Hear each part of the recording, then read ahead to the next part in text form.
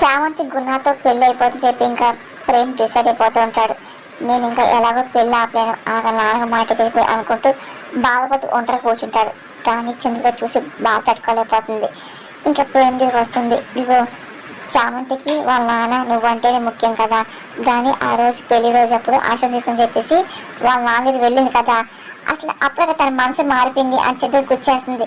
ఇంకా ప్రేమ్ గుర్తెచ్చుకుంటూ ఉంటాడు. అవును చందు అని ప్రేమ్ అంటూ ఉంటాడు. అంటే జైల్లోనే ఏదో బలమైంది జరిగి ఉంటుంది కదా ప్రేమ్ బాబు, అర్థం చేసుకో అని నచ్చెప్పింది. అవును కరెక్ట్ చందు, అక్కడ ఏదో జరిగింది అని ప్రేమ్ అనగానే అవును బాబు గుణాన్ని పెళ్ళేసి చెప్పేసి అసలు బీజం అక్కడే మొదలైంది. నేను వద్దనుకోవడం మూలం కూడా అక్కడే ఉంది. చామంతికున్న బంధాలు రెండే రెండు కదా, ఒకటి వాళ్ళ నాన్న, ఒకటి ఇంకోటి మీరు కదా. మేము కాదంటుందంటే చామంతి గుణతో పెళ్లి కొప్పడం కానీ ఖచ్చితంగా వాళ్ళ నాన్న సంబంధించిన విషయం అయ్యి ఉంటుంది అని చంద్రక నాకు చెప్తాడు. మీరు లాయర్ కాబట్టి మీరు జైలుకి వెళ్ళి రామచంద్రతో మాట్లాడిన ప్రేమ్ బాబు అసలు ఏం జరిగిందో విషయం మీకు తెలుస్తుంది. చంద్రకంగానే ఆయన వెళ్తాను చంద్రు ఇప్పుడే వెళ్తాను చెప్పి ప్రేమ అంటే బయలుదేరి మళ్ళీ కొంచెం ఆగుతూ ఉంటాడు. ఇంకా వచ్చి ఇంకా చంద్రకాన్ని గట్టిగా హక్ చేసుకొని బాధపడుతూ ఉంటాడు. చంద్రకకి తను ఓదార్స్తూ ఉంటుంది. వెళ్ళు అని చెప్పి చెప్తూ ఉంటుంది. చాలా థ్యాంక్స్ చందు, చీకట్లోనే నాకు దారిని చూపించావు అని ప్రేమగా వెళ్ళు అని చెప్పి చంద్రిక అంటాడు. ఇంకా ప్రేమకు పరిగెట్టుకుంటూ ఇంకా జైలు కూడా సిద్ధమవుతుంటాడు. ఇంకా కాలేజీకి వెళ్ళి కార్ స్టార్ట్ చేస్తుంటాడు. చామంతి మాత్రం రెడీ అవ్వకుండా వంట కూర్చొని అలాగే ఏడుస్తుంది. అనుకున్న విధంగా ప్రేమ ఇంకా జైలుకి వెళ్తూ ఉంటాడు. ఇంకా అలాగే నేను చేసుకుంటా అనుకుంటూ ఉంటాడు. అత్తయ్య నాకు డౌట్ అని రోజు అనగానే అడుగు అని రామోదరంగానే అంటే ప్రేమలో రాత్రి ఎంత మార్పు వచ్చిందంటే పెళ్లి పనులన్నీ తన భుజాల మీద వేసుకొని మరి చేస్తున్నాడు. నిజంగా ప్రేమ్ కంప్లీట్గా మారిపోయి అంటారా అని రోజా అనగానే అదేం మార్పు కాదు రోజా, తండ్రికి మాట ఇచ్చిన కోసం వాడిని చంపుకున్నాడు అంతే అని ఇంకా రమ్మతంగానే అంటే ప్రేమ మనసులో ఉన్న ప్రేమని అంటే చంపుకున్నట్టే కదా మీరు అనదాన్ని చెప్తున్నాను అత్తయ్య, ప్రేమ అంత ఈజీగా తీసేయడానికి లేదని చెప్పి చెప్తున్నాను. రోజా అనగానే వాడు చేసే నాటకం అంటావని రమాదే ఆడుతుంది. ఏమో నాకైతే ప్రేమ మీద అసలు నాకు ఇంకా డౌట్ పోవట్లేదు. ఎందుకంటే ప్రేమ తగ్గిన ప్రతిసారి వెనకాల ఏదో పని చేస్తూనే ఉంటాడు కదా. ఎన్నిసార్లు మీ ప్రేమను నిలదీయలేదు, చామంతి తన మధ్యకి ఏం లేని చెప్పి అంటున్నారు కదా, కానీ ఏం చేశాడు, దాన్ని పెళ్లి చేసుకునే దాకా వెళ్ళిపోయాడు కదా అని మొత్తం గుర్చేస్తూ ఉంటుంది. ఏదో మీరు అప్పుడు సకాలం స్పందించారు కాబట్టి సరిపోయింది, ఇప్పుడు కూడా పైకి పట్టించుకోకని చెప్పేసి ఇలా దగ్గర పెళ్లి పనులు చేస్తూ నటిస్తున్నాడేమో, వెనకాల పెళ్లిని ఫ్లాప్ చేసే పని నడిపిస్తున్నాడేమో నాకు అనిపిస్తుంది అత్తయ్య. రోజు అనగానే లేదు, మీది అనుమానం మాత్రమే, అందులో నిజమే లేదు. వాడి ముఖంలో అలాంటి ప్లాన్స్ చేస్తున్నట్టు నాకే అనిపించట్లేదే.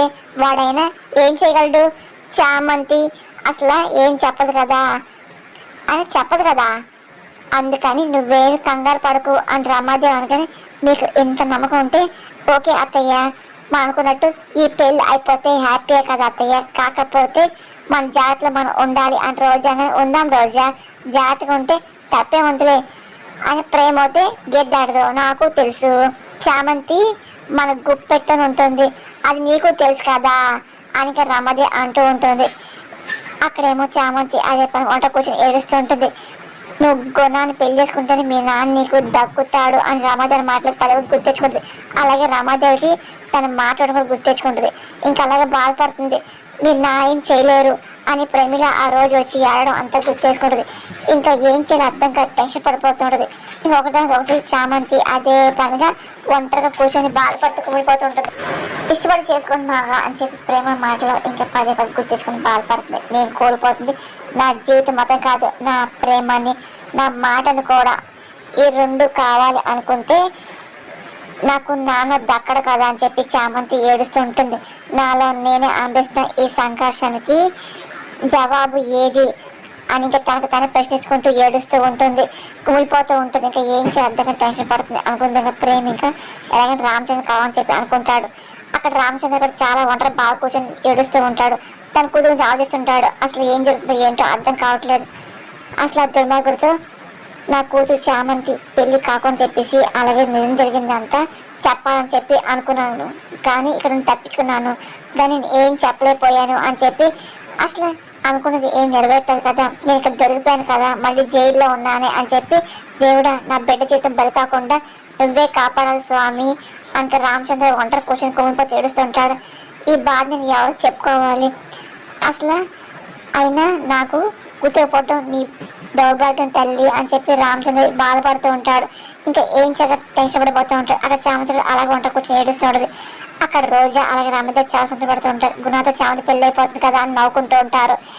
అక్కడ చామంతి ఇంకా అదే పనిగా ఏడుస్తూ ఉంటుంది. ఇంకా ప్రేమ ఇంకా జైలుకి వెళ్ళ సిద్ధమవుతూ ఉంటాడు. ఇంక జైలు కలిసి అలాగనే రామచంద్ర మాట్లాడని చెప్పి అనుకుంటాడు. అసలు ఆ రోజు ఏమైందని అనుకుంటాడు. అలాగే వాళ్ళ నాన్న ఇచ్చిన మాట కూడా ప్రేమ పదవి గుర్తించుకుంటూ ఉంటాడు. నా వల్ల ఎలాంటి ఇబ్బంది ఉండదు, నేను పెళ్లికి అడ్రానని చెప్పేసి ప్రేమ్ అన్న మాటలు గుర్తించుకుంటాడు. అలాగే చామంతి కూడా రమాదేవికి మాట్లాడడం గుర్తించుకుంటుంది, ఏడుస్తూ ఉంటుంది, బాధపడుతుంది. కానీ రమాదేవి రోజా మాత్రం పదే ఒకరిని చూసుకొని చాలా సంతోషపడిపోతుంటారు. ప్రేమ్ ఇంకా లాయర్ లాగా ఇంకా జైలుకి వెళ్ళి రామచంద్ర కలవాలి అని చెప్పి వెళ్తాడు. అలాగే జైలర్ ఆ కానిస్టేబుల్ చెప్పాను, కానిస్టేబుల్ వచ్చి తీసుకెళ్ళి ఇదిగో కొండని చెప్పి చూపిస్తారు. ఇంకా ఆయన వెళ్ళిపోతాడు. ఇంకా ప్రేమ్ రామచంద్రని చూసుకుంటూ వస్తూ ఉంటాడు. పక్కన కూర్చొని సార్ అని చెప్పి పిలుస్తుంటాడు. ఒకసారి రామచంద్ర షాక్ అవుతాడు. ఇంకా అలా చూస్తుంటాడు. ప్రేమ్ బాబు మీరా అని చెప్పి అంటూ చూస్తూ ఉంటాడు. ఒకసారి కంగారు అటు చూస్తుంటాడు. బాబు మీరా, బాగున్నారా అని చెప్పి రామచంద్ర అనగానే చామంతి అని అడుగుతూ ఉంటారు. అంటే తన జీవితం కోసం వచ్చాను సార్ అని చెప్పి, తను మీకోసం మీ దగ్గరికి వచ్చిన ఏం జరిగిందో మీరే చెప్పాలి, మీ దగ్గరికి వచ్చాక చామంతి నన్ను పెళ్ళి అని చెప్పేసి గుణం చేస్తుందని చెప్పేసి చెప్పింది. అసలు ఆ రోజు ఏం జరిగింది అని ప్రేమ అడుగుతూ ఉంటారు. అంటే ఆ రోజు జెండా వందనం బాబు, చామంతి వచ్చింది, తను నేను పెళ్లికి ప్రదర్శన చెప్పింది అని చామంతి అనగానే, అంటే నా బంగారం తల్లి మెడలో తాళి కట్టే అదృష్టవంతులు ఎవరమ్మా అని రామచంద్ర మాటలకి అంటే ప్రేమ్ బాబు అని చెప్పి చామంతి అంటే ఆశం తీసుకుంటూ ఉంటారు. అలాగే రామచంద్ర తర్వాత చామంతి మాట్లాడి ఇంక వెళ్ళిపోయాక అక్కడ జైల్లో మాట్లాడుకున్న ఖైదీల మాటలు రామచంద్ర వింటూ ఉంటాడు. అలాగే అక్కడ బాంబు పెట్టడం అంతా వింటూ ఉంటారు. అంటే మిషన్ చెప్పాలనుకుంటున్నాం అని చెప్పేసి అలాగే ఆ రోజు రామచంద్ర జరిగిన విషయం అంతా చెప్తూ ఉంటాడు. ఆ తర్వాత పల్లవి వచ్చి ప్రేమ పెళ్లి అని చెప్పి చెప్పడం, అలాగే రామచంద్ర షాక్ అవడం, అసలు కారణం ఏంటని పల్లవి కనుక్కోవడం మొత్తం అంతా చెప్తూ ఉంటాడు. అసలు ఎందుకు ఆయన ప్రేమతో పెళ్లి ఎందుకు ఆయన చేసుకుంది, గుణాన్ని ఎందుకు పెళ్లి చేసుకుని చెప్పేసి ఆ రోజు పల్లవి కూడా వచ్చి అడిగిందని చెప్పి రామచంద్ర మొత్తం చెప్తుంటాడు. అసలు తెలిసింది ఏంటంటే మిషన్ కేసులు ఇరికించి మీ నాన్న బతకాలంటే మీరు నా కొడుకు పెళ్లి చేసుకుని చెప్పేసి చామంతి భరించండి బాబు అని చెప్పి రామచంద్ర మొత్తం చెప్తుంటాడు. నాకు అర్థమైంది, అంటే చామంతి త్రిపాఠి మీద అగ్నెస్ట్గా కోర్టులో కేసింది కదా, అందుకే జైలుకి వెళ్ళే స్టేజ్లో ఉన్నారు అని తప్పించే కోసం మిమ్మల్ని అర్థం పెట్టుకొని చామంతిని బ్లాక్మెయిల్ చేశారన్నమాట అని ప్రేమంగానే బాబు చామంతిని జాగ్రత్త చెప్పేసి మాట ఇవ్వండి బాబు అని చెప్పి రామచంద్రగానే ఇస్తానండి, మీ అమ్మాయికి ఏం కానివ్వను, చామంతిని వదులుకోను, వాళ్ళని వదలను, వస్తాను అని చెప్పి ప్రేమ అంటూ వెళ్ళిపోతూ ఉంటాడు. సరే బాబు అని చెప్పి రామచంద్ర అంటూ ఉంటాడు. రమాదేవి చామంతి ఉన్న చోటుకు వెళ్తుంది. చామంతి చూసి లేచి ఉంచుంటుంది. ఇంకా అలాగే బాధపడుతుంది. ఇంకా రమాదేవి వెళ్ళి కాళ్ళని కలిసి కూర్చుంటుంది. ఇంకా చామంతి అలాగే చూస్తుంటుంది. పెళ్లి బాటలు చేసి కట్టుకొని ఆకుంటూ చూస్తుంది. ఏంటి ఇంకా రెడీ అవ్వకుండా ఏంటి నువ్వు ఆలోచిస్తున్నావు రమాదేవి అనగానే, అంటే ఇంకా టైం ఉంది కదా అని చామంతి ఉంటే ఈ లోపల జరిగి ఈ పెళ్లి ఆగిపో చెప్పి ఆనందపడుతున్నావా అని రామాదేవి మాట లేదు అని చెప్పి చామంతి తలుపుతుంది. చూడు చామంతి ఆశలు నువ్వు పెట్టుకోకు, అది ఏమీ కాదులే, కాదు అవుతుంది, ఈ పెళ్లి అవుతుందని చెప్పి అనుకున్న ఒక జైల్లో ఉన్న మీ నాన్న ఊపిరి ఆగిపోతుంది అని రామాదేవి బెదిరిస్తుంది. చామంతి విని బాధపడుతుంది. నేనేం చేయట్లేదు, ఎందుకు అదే చెప్తున్నారు అని చామంతి అనగానే, ఏం చేయకూడదని ఇగో ఇచ్చిన మాట ప్రకారం బుద్ధిగా వెళ్ళి పెళ్లి చేసుకో, గుణతో ఇంటికి పో, హాయిగా బతుకు, అర్థమైందా అని రామాదేవి అంటూ నీకు మంచి జీవితం ఇస్తున్నాను, నిజానికి నువ్వు నాకు జీవితాంతం రుణపడి ఉండాలి, తెలుసుకో, చూస్తావేంటి రెడీ అవ్వు అని రమాదేవి అత్తయ్య నేను రెడీ చేస్తాను మీరు వెళ్ళండి అని రోజా అంటుంది. ఆ మోహకావు కూడా మార్చుకో, ఎవరో చచ్చినట్టు పెట్టకు, చేస్తున్నా అని ఇంకా రమాదేవి చాలా కోపంగా అరుస్తూ వెళ్ళిపోతుంది. ఇంకా చామంతి ఇంకా మాటలని బాధపడుతుంది. ఇంకా రోజా మెల్లింగా వెళ్ళి ఇంకా బట్టలు తీసుకొని ఇదిగో అని చెప్పిస్తుంది. ఏంటి నీ సమస్య, ఒప్పుకున్న పెళ్లి చేసుకోవడానికి నీకేంటి ఇబ్బంది, ఇలా సాడ్గా ఫేస్ పెట్టుకుంటే అర్థం ఏంటి, చూసిన వాళ్ళు ఏమనుకుంటారు, ఇప్పుడు మా అత్తయ్య అన్నట్టే అన్నారు కదా, ఏంటి ఆ చూపు, కొంచెం నవ్వు పెట్టు, ఇదిగో చీర కట్టు అని రోజా ఇస్తుంది. చామంతి మాత్రం ఇంకా ఏం మాట్లాడదు, ఇంకా ఏడుస్తూ ఇంకా బట్టలు తీసుకుంటూ ఉంటుంది. ఇంకా అలాగే రోజును చూసి ఏడ్చుకుంటూ మెల్లిగా రూమ్లోకి వెళ్తూ ఉంటుంది. ఇంకా రెడీ సిద్ధమవుతుంది. ఇంకా రోజా అదే పనిగా చామంతి చూసి నవ్వుకుంటుంది. ప్రేమిక నిజం చేసుకొని ఇంకా ఇంటికి వస్తూ ఉంటాడు. అలాగే దారికుండా అంతా గుర్తు తెచ్చుకుంటూ ఉంటాడు. ఆ రోజు చామంతి వచ్చి నేను మిమ్మల్ని పెళ్లి చేసుకొని గుణాన్ని పెళ్లి అని చెప్పి అనగానే చంద్రుడికి చాలా కోపం చామంతిని లాగి పెట్టి కొట్టడం. అలాగే ప్రేమ నేను ప్రేమిస్తాను చెప్పి అనగానే నువ్వు కూడా ప్రేమిస్తాను చెప్పి అన్నావు కదా, గో అన్నావే కదా, నీ సపోర్ట్ చేశాను కరెక్ట్ కాదు అని చంద్రిక ఆ రోజు చామంతిని కొట్టి అన్నడు మాటలను గుర్తించుకుంటుంది. ఆ తర్వాత ప్రేమ ఇంకా అదే పనిగా బాధపడుతూ ఉంటాడు. ఇంకా అన్ని వద్దాను అని గుర్తించుకుంటూ ఉంటాడు. ఇగో నా ప్రేమ యాక్సెప్ట్ చేస్తావా అని ప్రేమ అందుకని ఆలోచించుకోవాలి బాబు అని ఆ రోజు చామంతి ఇంకా చెప్తూ ఉంటుంది. అలా గుర్తించుకుంటుంది. మీకు టైం ఉందా బాబు, నా కోసం ఆగలరా అని చెప్పి చామంతి అనే మాటలు ఇంకా ప్రేమ గుర్తించుకుంటూ ఉంటాడు. అదే పనిగా ఇంకా చాలా బాధపడుతూ గుర్తించుకుంటూ ఉంటాడు. ఇంకా ప్రేమ అన్న మాటలు ఒకరితో అన్ని గుర్తించుకుంటూ ఉంటాడు. అలాగే రామచంద్ర మాట గుర్తించుకుంటూ ఉంటాడు. ఇంకా చామంతి ఎందుకు దూరమైందో మొత్తం అంతా అర్థం చేసుకుంటూ ఉంటాడు. ఇంకా బాధపడుతూ ఏడుస్తూ ఇంకా వస్తూ ఉంటాడు. నేను బతకంటే వాడిని పిల్లలు చెప్పేసి వాడిని బెదిరించాలంటే బాబు, అందుకే నీ మీద ప్రేమను చంపుకుంది అని చెప్పి రామచంద్ర మాట గుర్తించుకొని బాధపడుతుంటాడు. ఇంకా రోజు దగ్గరుండి చామంతి రెడీ చేస్తూ ఉంటారు. చామ్, మీ నాన్న కాపాడు కోసం నా మీద ఉన్న ప్రేమని వదిలేసి ఎంత నరకం అనిపించావు నాకు అర్థమవుతుంది అని ఇంకా చాలాసార్లు నేను బాధపెట్టాను కదా అని చెప్పి ప్రేమ ఒకదాని తర్వాత అన్ని గుర్తించుకొని బాధపడుతుంటాడు. చామ్, అసలు మీ నాన్న కాపాడు కోసం నా మీద ప్రేమ చూసి ఎంత నరకం అనిపించావో నాకు అసలు అర్థం అవుతుంది అని ఇంకా మొత్తం గుర్తించుకుంటూ ఉంటాడు, బాధపడుతూ ఉంటాడు. చామంతి ఎంత కుమిలిపోయిందో నా వల్ల అని చెప్పి బాధపడుతుంటాడు.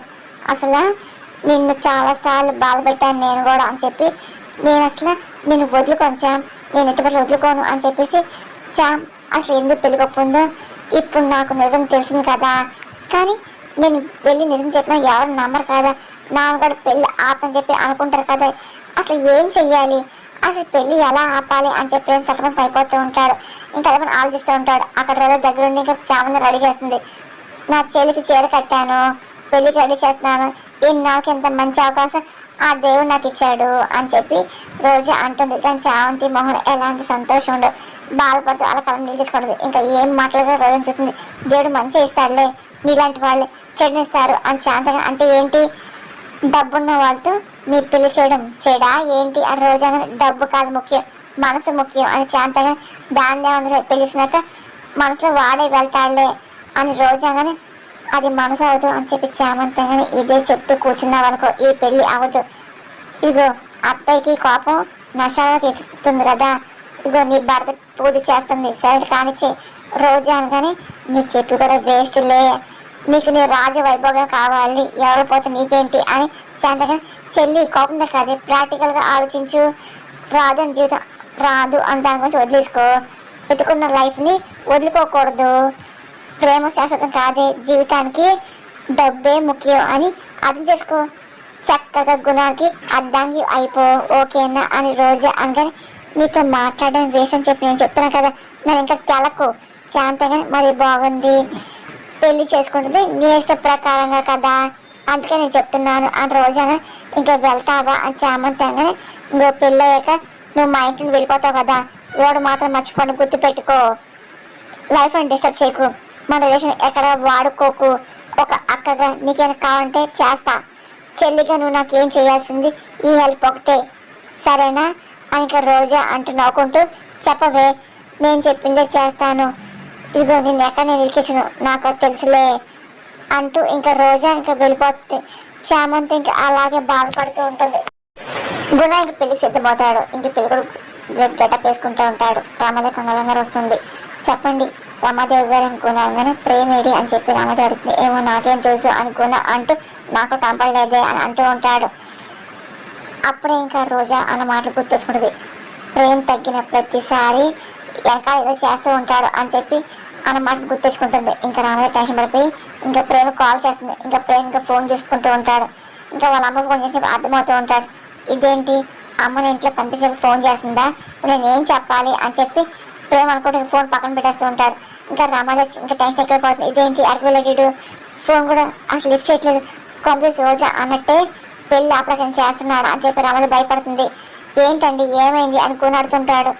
అంటే ప్రేమ్ ఎక్కడ వెళ్తాను చూసుకోరు కదా గుణ అని రమద కానీ మీరేమంటున్నారు నాకు అర్థం కావట్లేదు, దగ్గర మా పెళ్ళి అని చెప్పి మాడిచాడు కదా, మళ్ళీ ఏమన్నా అదే ప్రయత్నం ఆపుతున్నాడా ఏంటి అని గుణ కానీ అలా కాదు మన చేతలో ఉండాలి కదా, వీడేమో ఫోన్ లిఫ్ట్ చేయట్లేదు అని రమాదే అనగానే లిఫ్ట్ చేయట్లేదంటే ఏదో చేస్తానని చెప్పి గుణ డౌట్ వస్తుంది.